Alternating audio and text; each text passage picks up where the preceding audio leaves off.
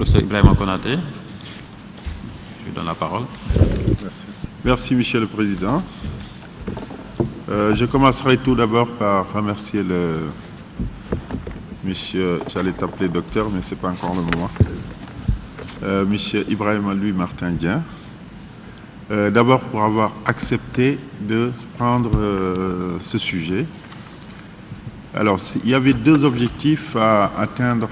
Premièrement, il fallait d'abord, compte tenu de la nouvelle mutation de Saint-Louis qui va évoluer vers un CHU, il fallait montrer déjà, commencer les activités qui seront les nôtres tous les jours. Mais d'autre part, il faut montrer la faisabilité de certaines choses. Dire qu'il est possible à Saint-Louis de faire des choses et également de mettre en exergue tout le travail qui est abattu à Saint-Louis, notamment par l'équipe d'ORL. Alors, avant de commencer, je dirais d'abord que tous les malades qui sont dans ce... J'en ai opéré aucun... j'ai opéré aucun malade sur cette série. Il s'agit d'une série qui a été entièrement opérée par le service d'ORL, donc sous la direction du docteur Alital.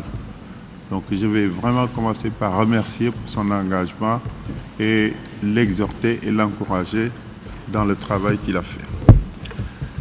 Alors ce travail, j'en ai assuré la responsabilité scientifique, mais il faut également souligner le fait que il faut que l'on puisse comprendre aujourd'hui que il n'est pas normal qu'on est arrivé au XXe siècle que des patients puissent faire 200, 300 km uniquement pour faire certains gestes. Et qu'il y a des gestes qui sont aujourd'hui, la tendance, c'est dans le cadre de la décentralisation. Il faut que la qualité aussi arrive un peu partout au Sénégal, notamment au niveau des différents centres universitaires dans lesquels nous sommes aujourd'hui. Donc il y en a à Thiès, Ziguinchor et Saint-Louis. Et nous espérons que d'ici une dizaine d'années, il y aura au moins le minimum que les gens pourront faire sur place. Et c'est tout à fait possible si le gouvernement s'engage, mais également si les États et les populations aussi comprennent. Parce que aussi, il y a beaucoup de gens qui vont quitter Saint-Louis, venir à Dakar, en se disant que non, je préfère être opéré à Dakar. Donc il y a encore ce mythe qui reste. Et peut-être que c'est à nous aussi de changer notre approche à faire des choses. Et c'est pourquoi je te remercie donc vraiment d'avoir fait ce travail qui est un élément important pour nous, qui est un outil de travail, un outil de plaidoyer. Donc, étant directeur de thèse, donc j'assume ce qui a été fait. Donc il y a des choses qui ont échappé, donc on va tout refaire ça. Donc les critiques qu'ils ont faites, ce sont des critiques qui sont très importantes dans le sens d'améliorer ce travail. Donc j'ai moi-même noté quelque chose. Donc la bibliographie, il faut qu'on la revoie un peu. Après, on verra ça ensemble. Et puis également changer quelques aspects. Mais globalement, il s'agit d'un travail qui est satisfaisant. Et j'ai été énormément surpris. Vraiment, j'ai été surpris du courage et de la détermination avec laquelle tu as fait ce travail. Et il faut dire que le travail a été vraiment très très bien écrit. Et pour ça, vraiment, je te félicite et je t'encourage. Je t'encourage vraiment à continuer dans ce sens. Je pense qu'on avait discuté la dernière fois, il y a très longtemps, tu m'as fait l'option de venir à Saint-Louis, donc je ne sais pas si ça tient toujours. Donc peut-être que ça, on en discutera plus en privé. Mais vraiment, je te souhaite une très longue carrière et je n'ai pas de doute parce que tu as toutes les capacités intellectuelles, tu as les capacités, tu as le caractère qu'il faut, tu es un garçon poli et je t'ai vu depuis la 3e année, je t'observe. Donc vraiment, tu es un garçon que je connais très bien et que j'admire et je t'encourage. J'encourage également tous tes collègues, tous tes camarades également à suivre la même voie parce que il y a beaucoup de choses à faire et que nous avons besoin de vous parce que c'est vous qui serez demain les responsables, c'est vous qui allez soigner les populations et nous comptons beaucoup sur vous. Je félicite tes parents, je félicite tes amis et surtout, je renouvelle mes félicitations à tes co-directeurs de thèse, le docteur Alital et le docteur Jacques Tendin, donc, qui ont assuré la direction de ce travail. J'en ai fini, Monsieur le Président. Merci, professeur Ibrahima Konaté. Donc, Il te remercie toi aussi d'avoir accepté, bien sûr, de travailler sur ce sujet. Je profite de l'occasion pour remercier Konaté pour son honnêteté intellectuelle. Comme il a dit, il n'a opéré aucun des patients de cette série. Effectivement, ces patients ont été opérés par les ORL, comme l'a dit le professeur Ndiaye tout à l'heure, lui-même, d'autres ORL qui sont passés à Saint-Louis, et actuellement le professeur Adital. Et comme on le dit chez nous, l'honnêteté intellectuelle est toujours récompensée. Donc je pense que je l'encourage à rester comme ça, à être honnête, c'est important pour nous. Et comme le professeur Cissé aussi, il t'encourage à rester en contact avec les patients, avec le téléphone, les mails, et ce que nous défendons toujours avec le e-health, avec la télémédecine, télédiagnostic, téléconseil. C'est important aujourd'hui. Télé, ça ne va pas dire se voir comme ça, on peut rester à distance et travailler avec nos patients. Et aujourd'hui, c'est très prisé, c'est très encouragé. Et comme le professeur Ndiaye aussi, il t'encourage à fixer les patients sur les localités à Saint-Louis. Tous ces patients peuvent aujourd'hui être pris entièrement en charge à Saint-Louis, du diagnostic jusqu'au traitement et au suivi. C'est un de travail, comme il a dit, un plaidoyer qui nous permettrait d'avancer pour la prise en charge générale des thyroïdes et de toutes les pathologies relevant de cette spécialité à Saint-Louis. Il vient d'être affecté là-bas et je pense que tout le monde est très heureux de l'avoir là-bas. Et je pense que dès son arrivée, il a pu occuper des postes très importants. Et comme toi aussi, hein, il t'a connu très tôt, tout jeune. Je pense que très bientôt, tu vas accéder à la responsabilité supérieure. Étant juge et partisan, c'est très difficile de poser des questions. Il ne t'a pas posé des questions. Il va améliorer ce travail après, compte tenu de tout ce qu'ils ont dit, ses prédécesseurs. Je te donne la parole pour dire des mots à l'endroit de ton directeur de thèse et de tes deux co-directeurs de thèse. D'accord. Merci, Monsieur le Président.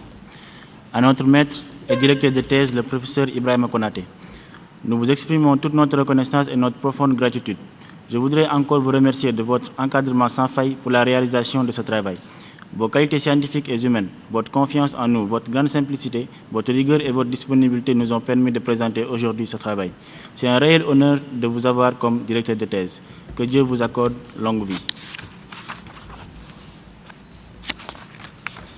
À notre co-directeur de thèse, le docteur Adital, nous vous renouvelons toute notre estime et vous remercions d'avoir bien voulu co-diriger ce travail.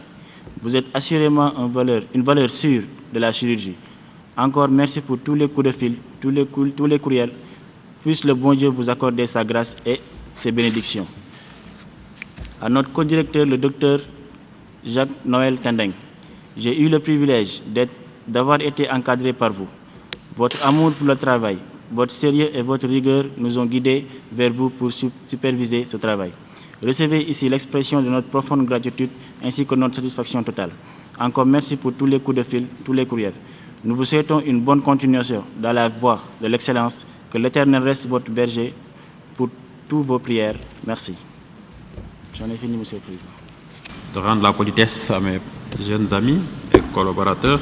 Bien sûr, le professeur Mamadou Cissé, il est très connu de cette faculté en chirurgie générale pour son sérieux et son courage. Son engagement, moi-même, je l'ai connu très tôt, depuis l'école primaire, parce que connaissant toute sa famille, Diatou Cissé, que tout le monde connaît très bien, à travers les médias, et le colonel Mbaye Cissé, actuellement, je pense à Kaolack, en exercice, très connu, qui a été l'aîné du professeur Malick Ndiaye au Britannique militaire de Saint-Louis. Lui-même, ils ont fait l'école primaire à son frère à l'école de la Libération, actuellement à Diarra Falaye Paye. Donc je connais très bien sa famille, une famille studieuse, une famille intellectuelle de haut cadre. Et comme je l'ai dit, son grand frère a toujours accompagné le professeur Malick Ndiaye. Aujourd'hui, le professeur Malick Ndiaye est sous-directeur de la prestigieuse école militaire de santé. Donc pour dire que vraiment, tu as eu la chance d'être encadré par des gens qui sont très connus depuis le temps d'enfance par leur sérieux. Je n'ai rien à dire honnêtement. Si le professeur Malick Ndiaye juge un travail, s'il dit que c'est très bien, je dis que c'est très bien. Le professeur Cissé aussi pareillement. Récemment, nous avons siégé au concours d'internat. Tout ce qu'il disait, je dis que c'était très bien. C'est très rare que je remette en question ce qu'ils disent parce que je le connaissant très sérieux, très honnête et d'une rigueur extrême. Aujourd'hui, nous sommes très à l'aise quand nous travaillons avec ces jeunes.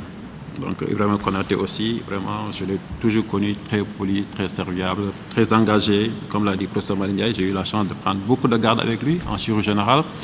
Et vraiment, c'était un grand plaisir de travailler avec lui, parce qu'il était très engagé vis-à-vis des patients, intériorisé, c'était la réceptivité vis-à-vis des patients. Et plusieurs fois, je l'ai vu et que le patient était très content de l'avoir comme médecin. Ce qui caractérise ces trois personnes, je pense, c'est leur générosité, leur bonté, leur engagement sans faille dans leur service et au sein des universités. J'ai eu la chance d'avoir l'Université de Saint-Louis, l'Université de Thiès, l'Université de Dakar. Très bientôt, on aura l'Université de Ziguinchor sur cette table aussi, pour permettre à nos étudiants d'avancer et de faire des travaux de qualité, de haute facture, comme ton travail, un travail de haut niveau scientifique. Ça ne m'étonne pas, connaissant tes co-directeurs, connaissant le professeur Ibrahima Konaté.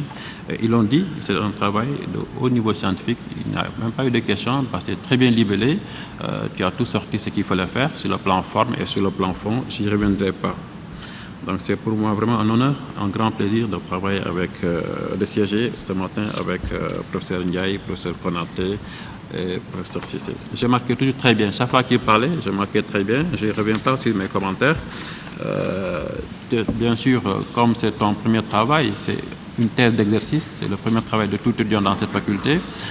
Après, tu reverras le professeur Konaté pour les références, pour la page de garde. Bon, je n'ai pas voulu faire de commentaires, comme c'est une thèse de Saint-Louis, probablement vous avez une façon de présenter, comme Saint-Christopher, ils mettent les deux logos. Ici, nous mettons que le logo de l'UQAT, mais à Saint-Louis, probablement, ils ont des façons de faire, donc on n'entre pas dans les formes, on laissera à Saint-Louis prendre en charge ces façons de faire. Le risque thyroïdien, il en a parlé. Dans la chirurgie thyroïdienne, et tu l'as très bien souligné dans ton travail, c'est le risque, il est triple. Il est triple, c'est un risque vasculaire. Le malade peut faire des hématomes parce qu'il y a l'artère thyroïdienne supérieure et l'artère thyroïdienne inférieure. Le deuxième risque, c'est un risque nerveux, et tu l'as très bien souligné, le nerf récurrent qu'on peut blesser ou le nerf laryngé supérieur. C'est pour cela qu'il t'a demandé de faire parfois les variations anatomiques, de voir exactement si le nerf n'est pas récurrent, le chercher. Et le troisième risque, c'est un risque glandulaire, les parathyroïdes qui sont à côté. Donc il faut bien les maîtriser pour éviter les hypocalcémies que nous rencontrons très souvent après une chirurgie thyroïdienne. Globalement, voilà ce qui est sorti de ton travail. Et ce qui est intéressant, il n'y a pas eu de mortalité, il n'y a pas eu de morbidité dans ce travail. Le professeur Ndiaye t'encourage à bien former les chirurgiens et bien sûr les paramédicaux pour qu'ils puissent surveiller en post-op ces patients. Voilà. Le professeur Cissé aussi t'a fait des suggestions sur les références. Il te donnera ces exemplaires de références selon Vancouver, et très souvent. Et si c'est Vancouver que tu as utilisé, certes, c'est par ordre d'apparition, mais ici, comme c'est ton premier travail, on permettra de faire par ordre alphabétique. Cependant, c'est surtout les noms des auteurs. Si tu as 6 auteurs, tu peux mettre EAL. Ils l'ont tous souligné. Je pense qu'étant étudiant de la faculté de médecine de Dakar, probablement de Saint-Louis demain, tu seras à Saint-Louis assistant ou agrégé à Ziguinchor, à Thiès ou à Dakar. Tout le monde serait très heureux de t'avoir dans son équipe, que ce soit ici à Dakar, à Thiès, à Ziguinchor, parce que tout le monde te connaît très sérieux. Honnêtement, je pense que c'est la première fois que je le vois. Mais depuis que j'ai reçu la thèse, au moins il y a une dizaine d'étudiants qui m'ont appelé, et professeur, vous allez siéger dans la thèse de M. Martin. Donc je pense que tu es très connu parce que tu es très engagé au sein de tes pairs, au sein des étudiants de cette faculté. J'ai bien compris que tu fais partie, je pense, de ce que nous appelons entre guillemets les délégués ou bien les représentants des étudiants dans cette faculté. Quand on a la chance, comme l'a dit tantôt professeur, d'être élu par ses pairs, vraiment c'est un honneur. Ce n'est pas un hasard parce que tu as des qualités. Je pense qu'il faut consolider ces qualités, et toutes ces qualités relèvent bien sûr de ton éducation. Parce que la faculté, c'est juste pour vous montrer le chemin, mais vous venez avec des bagages, en sérieux. Tout le monde t'a connu très sérieux, très engagé et très honnête. Je t'encourage à aller de l'avant, comme je l'ai dit tantôt, pour que tu accèdes à des responsabilités supérieures, parce que tu as le profil et tu le mérites. Sans plus tarder, le jury va se retirer pour délibérer.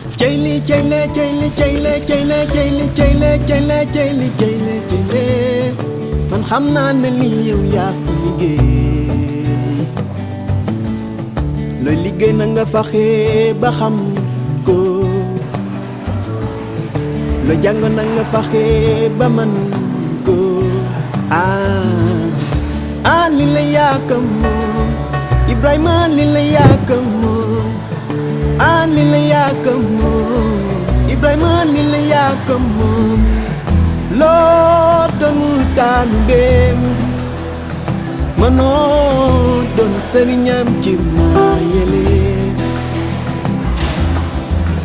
loo doonul taalibeem mënoo doon sëriñam ci maayele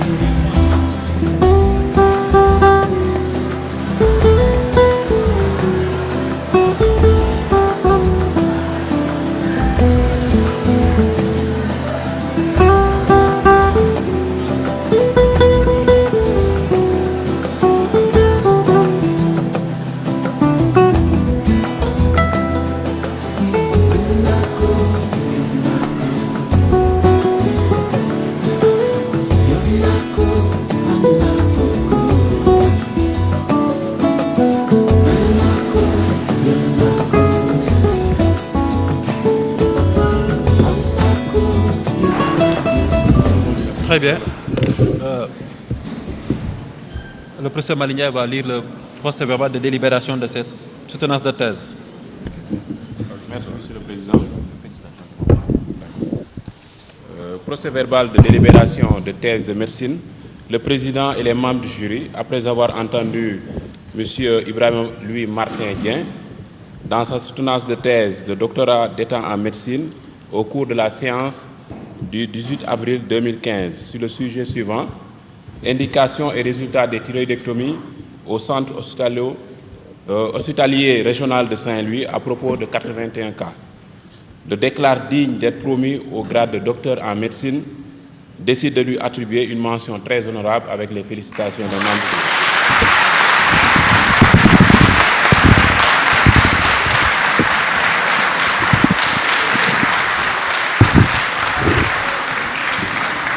Très bien.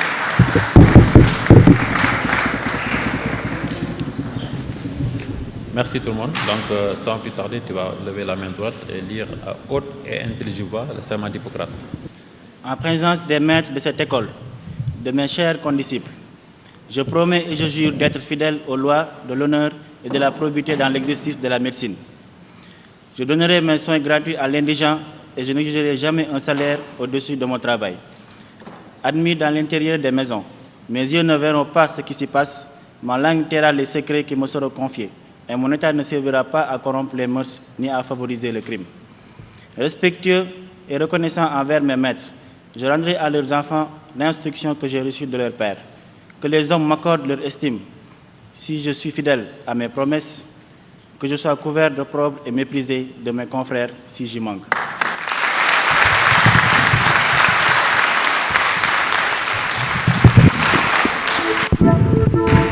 Merci, la séance est levée.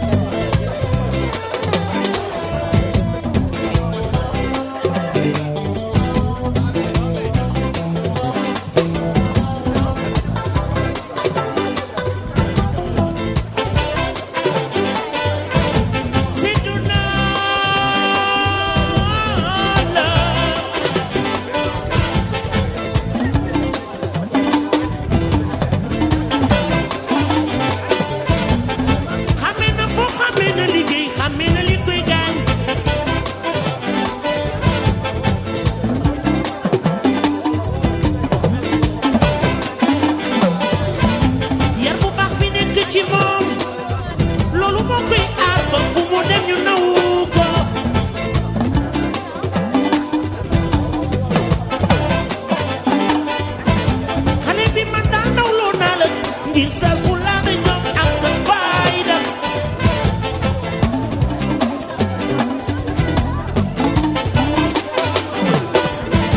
cunne mbayan sin sagor pap man daan seddu na la ñun ñaan ñu bokk seddu ma borom Tuuba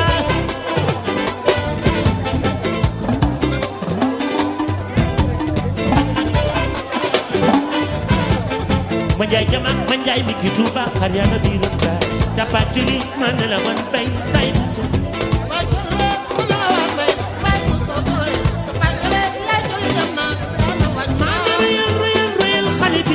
soko royal dina jekk ngir yaanu mag yaay sunu xarit ne royal xale bi soko royal dina jekk ngir yaanu mag yaay ndegam yaa jàngaani woon fabal say téere bilay ku la seen dooga ñee yaa di sama ndaan am dinañ ko wax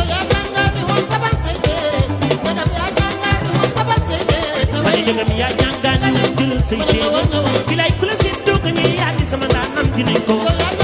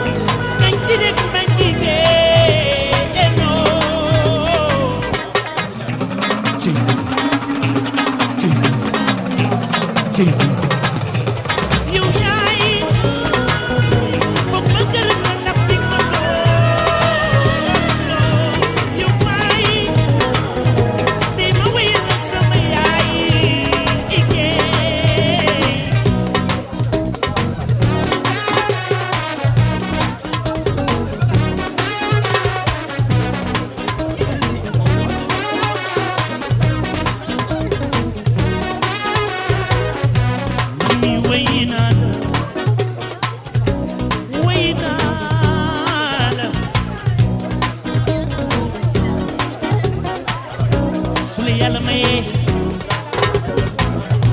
su la yàlla mayee ci buur ba mayee waaw yow yërëmal sa yaay ndey moo daan sonn ci doomam ngir jëriñu ëllëg woon naa la kon góorgóorlul ma tëralal ma yaay boo ndax yaay moo daan boot dina ko jëm si bàmmeel doom moo do baay la baay moo daan sonn ci doomam ngir jëriñu ëllëg woon naa la kon góorgóorlul ma tëralal ma yaay boo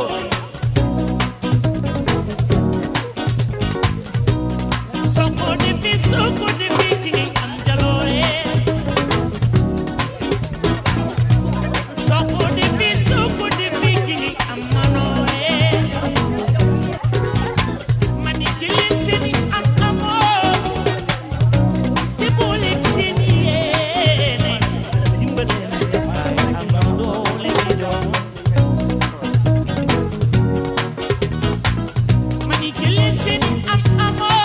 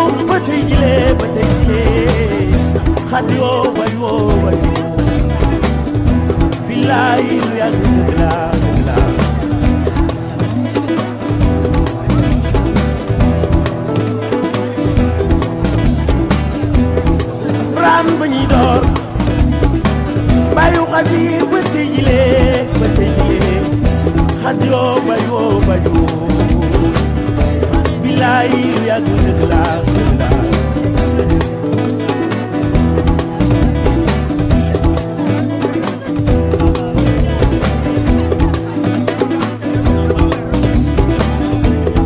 bay dam ba ñuy door góoru mam booy ba tey jilee rakk xaddi woo bay woo bilaay yàgg dëgg laa dëgg laa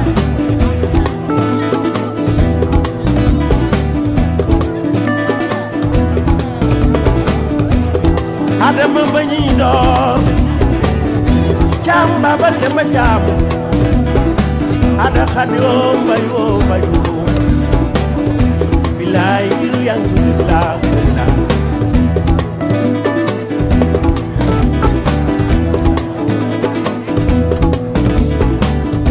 Ibrahima ba ñuy door Xalilulaay ba tey jilee xaddi woo bayoo Siriya Faatu yàgg dëgg laa dëgg laa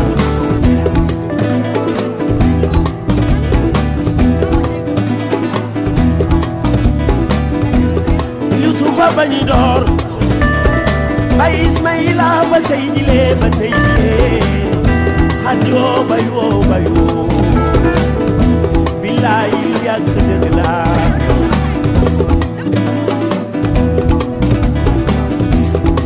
la ilaha illallah yaram faal la ilaha illallah yaram faal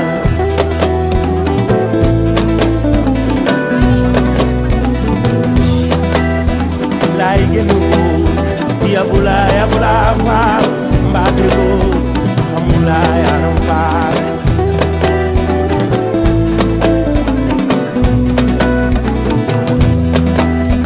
dabay mam say na bu njaayoo kenn góoro yabula yaram faal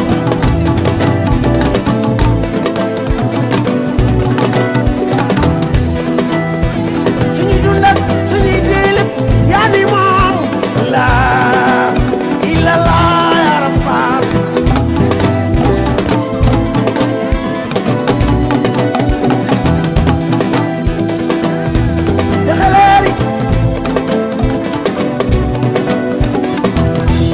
texaleeri jébbaleen Bamba seeni tum mu ko balam tuy la bon tuy wey ba teggi ko bàyyi ba sa baara mami dana seex mooy góor gi demoon géej ànd ak sambala ba njaay nga dem wax na borom naa